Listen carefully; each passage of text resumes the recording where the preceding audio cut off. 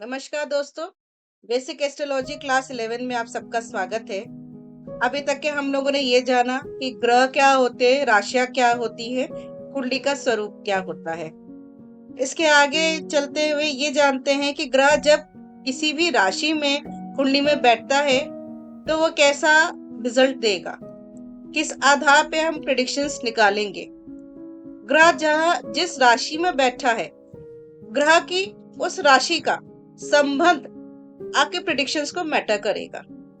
देखिए, कभी किसी कुंडली में आप देखेंगे कि मंगल अपने ही घर में बैठा है, अपनी ही राशियों में बैठा है, तो वो कंफर्ट जोन में है। क्योंकि आप इस तरह से समझिए, आप अपने घर में आराम से रहते हैं, ग्रह अपने घर में अपनी राशियों में आराम से रहेंगे।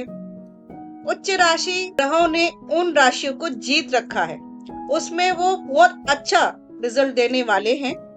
तो उच्च राशि ग्रह की जो होती है उसमें भी रिजल्ट अच्छा आएगा, मगर नीच राशि में ग्रह है वो बहुत नीचे चला जाता है, जो उसका रिजल्ट होता है उसका वो नेगेटिव देने लगता है।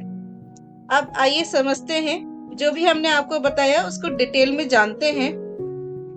स्वाग्रही, आपको इन टर्म्स को याद करना होगा। स्वाग्रही, उच्च, नीच। स्वाग्रही, स्व मतलब अपना, ग्रही मतलब रहता है, जो अपने घर में रहता है। तो मंगल अपने घर में कहाँ रहेगा? मंगल की दो राशियां है, मेष और वृश्चिक। तो कुंडली में आप कहीं पे भी देखेंगे 1 नंबर 8 नंबर में मंगल कहीं भी लिखा होगा तो वो अपने घर का होगा। शुक्र की दो राशियां हैं, एक वृषभ और दूसरी तुला।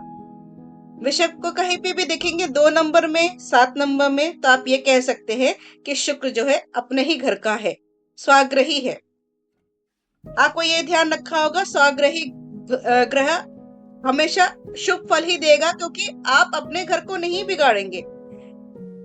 जो ग्रह जिस घर में रहता है, जिस राशि में बैठता है, अगर वो राशि उसकी खुद की है, उसके दोस्त की है या उसकी उच्च राशि है, तो उस भाव का फल वो कभी नहीं बिगाड़ेगा।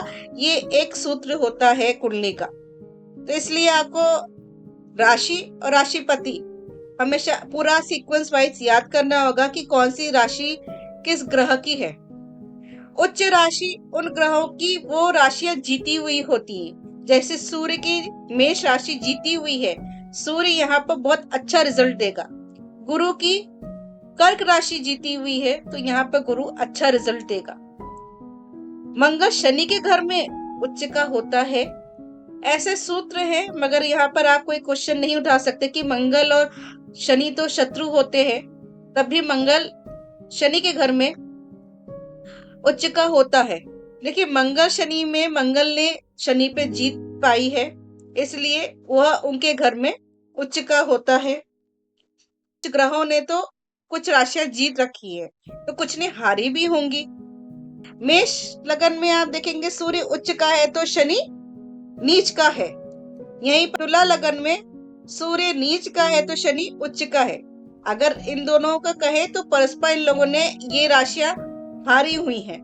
मंगल ने कर्क राशि हारी हुई है, तो गुरु ने मकर राशि हारी हुई है। तो आपको ये याद करना होगा कि कौन सा ग्रह किस राशि में नीच का होता है, कौन ग्रह किस राशि में उच्च का होता है। और स्वग्रही मतलब जिन ग्रहों की अपनी ही राशियां हैं, 2 राशि हैं, 1 राशि है, वो जब जहां वहां जाके बैठते हैं तो उनका कैसा रिजल्ट होता है।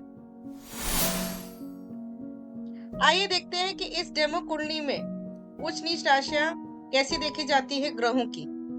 यहाँ पर आप देख सकते हैं कि मंगल जो है कर्क राशि में बैठा है। हमने ये पढ़ा था कि मंगल कर्क राशि में नीच राशि में होता है। सूर्य देखिए अपने उच्च राशि में बैठा है। उच्च कुंडली वाले सेक्शन में हम आ जाएंगे तो देखेंगे कि सूर्य जो है वो मेष राशि में बैठा है उच्च का होके। यही शनि भी उच्च का होके बैठा है। चंद्रमा जो है वो शत्रु के घर में है। शुक्र जो है वो उच्च का होके बैठा है। गुरु जो है वो मित्र के घर में है।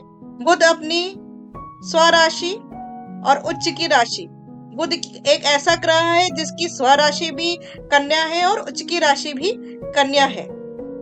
आपको ये चार्ट जो हमने यहाँ पर आपको प्रोवाइड किया है, ये आपको याद करना होगा। ग्रहों की उच्च राशियां कौन सी हैं, नीच राशियां कौन सी हैं और स्वराशि कौन सी है। आप चाहे तो इसका स्क्रीनशॉट निकाल के अपने पास कहीं नोट कर लें, ताकि आगे आपको रेफरेंस करने में जब भी कुंडली एनालिसिस करें इसका आप यूज कर सके।